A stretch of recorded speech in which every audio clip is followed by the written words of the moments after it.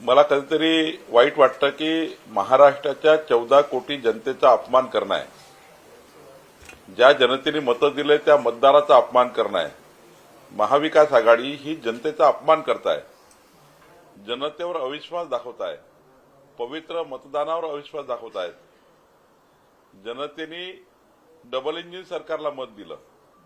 जनतेने महाराष्ट्रातल्या सरकारने ज्या अत्यंत महत्वाच्या योजना केल्या त्या योजनेला मत दिलाय आणि जनतेला विश्वास आहे की मोदींच्या नेतृत्वामध्ये महाराष्ट्राचं सरकार हे उत्तम काम करू शकतं म्हणून मतदान मिळालं आहे आणि म्हणून त्या ठिकाणी आमचा मोठा विजय झाला आहे. मी कालही सांगितलं की जेव्हा त्यांचे 33 खासदार निवडून आले, काँग्रेसचे, शरद पवारांचे आणि उद्धव ठाकरेचे 33 खासदार 4 महिन्यापूर्वी निवडून आले अपक्षावर पकडून. पण मला सांगा, तेव्हा तुम्ही ईव्हीएम बद्दल का नाही बोलले? तेव्हा मशीन बद्दल का नाही बोलले? तेव्हा मशीन चांगली होती जेव्हा तुमचे खासदार निवडून आले. तुमचा आता नांदेडमध्ये खासदार जिंकला काँग्रेसचा एक खासदार पोटनिवडणुकीमध्ये काँग्रेसचे जिंकले. आम्ही 1,500 मतांनी पराभूत झालो. मग तिथे ईव्हीएम चांगली होती. तिथे ईव्हीएम चांगली होती नांदेडमध्ये.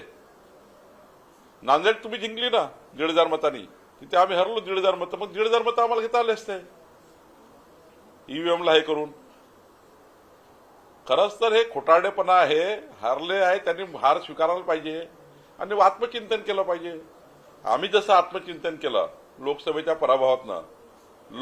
पराभवातनं आम्ही जे शिकलो त्यातनं आम्ही आमचं आत्मचिंतन केलं आणि पुढे गेलो. आम्ही बूथवर काम केलं. आम्ही मतदान केंद्रावर जाऊन त्या ठिकाणी जनतेला भेटलो. पर्सेंटेज ऑफ व्होट वाढले. यावेळी मोठ्या प्रमाणावर जनतेने मतदान केलं आणि त्यामुळं लोकसभेच्या निवडणुकीत आणि विधानसभेच्या निवडणुकीमध्ये त्या ठिकाणी मोठ्या प्रमाणावर जनतेने लोकसभेनंतर मतदान केलं आहे. मला असं वाटतं की खोटारडेपणा करतील. 2-4 दिवस त्यांना झोप लागत नाही आहे. जेव्हा झोप लागायला लागेल तेव्हा ते त्या डोकं शांत राहील. भाजपचे